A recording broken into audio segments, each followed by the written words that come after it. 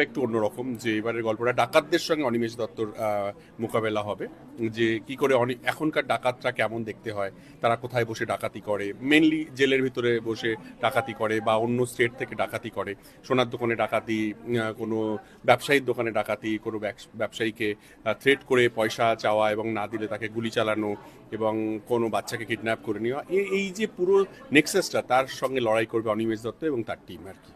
গতবারে মানে প্রলয় ওয়ানে যে বিষয়টা কিন্তু তুলে ধরেছিল সুন্দরবনের যে প্রত্যন্ত অঞ্চলের নারী পাচার বা মানব পাচার, সেটা আনকমন ছিল সাধারণ মানুষের কাছে। এটাও আনকমন।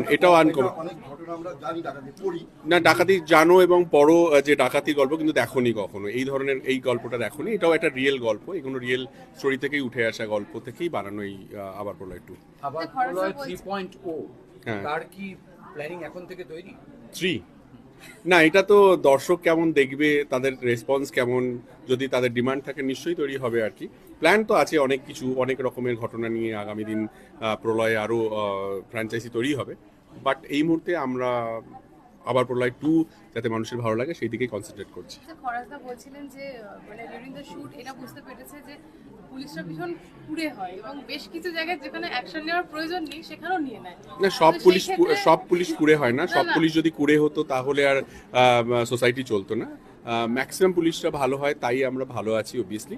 কিন্তু পুলিশদেরকে নিয়ে গল্প করতে ভালো লাগে, পলিটিশিয়ানদের নিয়ে গল্প করতে ভালো লাগে, কারণ তাদের মধ্যেও অনেক চরিত্র থাকে, তাদের নিয়ে একটা ধারণা থাকে মানুষের মধ্যে। সেই ধারণাগুলো দিয়ে গল্প বলতে অনেক বেশি সহজ হয়, মানুষকে বোঝাতে সহজ হয় আর কি। তোমাকে নিয়ে যদি কেউ গল্প ভাবে তুমি কোন অ্যাক্টরকে ভাবো? আমাকে নিয়ে গল্প ভাবলে এই রে, আমি তো